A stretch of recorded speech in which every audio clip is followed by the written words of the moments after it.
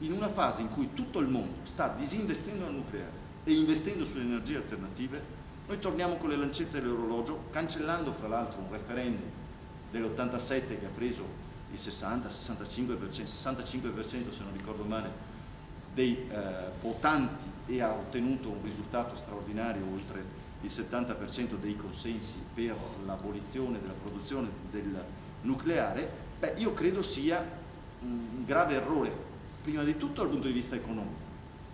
Metto prima l'aspetto economico, perché io credo sia giusto partire da questo. Oggi fare la scelta del nucleare è una scelta antieconomica. Negli Stati Uniti le centrali nucleari le costruiscono i privati, non le costruisce lo Stato, non è lo Stato che dà contributi. I privati stanno disinvestendo dal nucleare. L'ultima centrale nucleare è un progetto degli anni 70 e a fatica stanno andando a realizzare. Quindi è una scelta antieconomica, è una scelta che dal punto di vista ambientale sappiamo i problemi che genera. Guardate che non abbiamo ancora finito di collocare in maniera idonea le vecchie scorie prodotte dal nucleare e stiamo ancora pagando, cioè nella nostra bolletta dell'Enel, una quota parte è il pagamento della dismissione di quelle vecchie centrali nucleari e della questione delle scorie radioattive. Quindi è una scelta ambientale, abbiamo 1000 forme di energie pulite e mi fa un po' sorridere quelli che dicono sì ma non basta. Ma voi sapete quanta quota parte dell'energia riusciremo a realizzare quando avremo fatto 4 centrali? Il 5,3% del fabbisogno energetico in Italia. Non abbiamo ancora scelto il primo sito, figuriamoci i 4 siti. Ma sapete quando inizieremo a produrre energia se facciamo domani mattina la scelta della localizzazione di un sito? 15 anni, 15 anni è la normalità, in Italia 20 diciamo. Allora, ma in 20 anni avete idea di dove si va a finire con le energie rinnovabili? Cioè 20 anni fa queste energie praticamente non esistevano.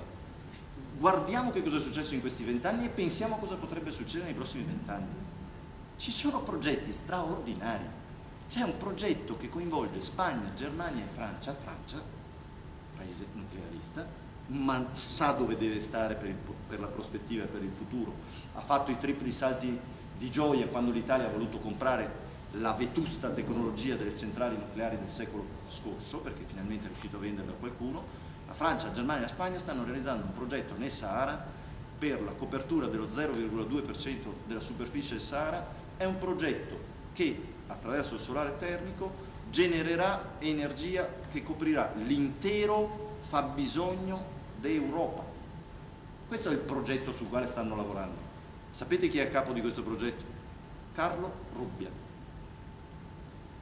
Cioè un cervello italiano che sta già lavorando, mi pare nella città di Siviglia, per realizzare un'intera città completamente che va solo ed esclusivamente ad energia rinnovabile. E in più sta lavorando a questo progetto qui. E noi siamo fuori da questo progetto e noi torniamo al nucleare. Ci sono 2 paesi che stanno tornando al nucleare, l'Italia e l'Iran. L'Iran ci sta tornando per generare la produzione di armamenti bellici, quindi questa è la direzione che l'Iran ha preso. L'Italia sta andando nella stessa direzione. Siamo veramente. Se poi a tutte queste argomentazioni, che potrei annoiarvi per altre 3 ore su questo, vi posso solo dire questa che ha un piccolo interesse per il nostro territorio. Il 60% dei pannelli fotovoltaici in Italia sono prodotti a Padova. Chiaro? E nell'Alta Padovana in modo particolare, perché moltissimi imprenditori, siccome badano al sodo, hanno visto dove va il mondo, hanno capito dove si può in qualche modo generare anche un business, come è giusto che loro ragionino in questi termini. Forse è uno dei pochi e rari settori che di fronte alla crisi non ha subito rallentamento. Non è in crescita forse, però non ha subito rallentamento.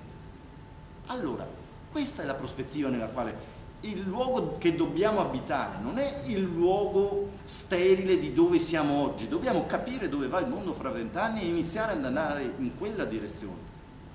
Allora, questa è la strategia fondamentale. A tutte queste argomentazioni ne aggiungo una quarta. Ma vi pare che il luogo dove anche solo pensarlo, vado a realizzare la centrale nucleare è nella zona tra Chioggia e Porto Tolle? Ma Cioè, voglio dire, con che criterio, con che ragionamento si può fare una scelta di questo tipo? Non è la vocazione del Veneto, e ve l'ho dimostrato dai numeri anche dei settori produttivi della nostra regione.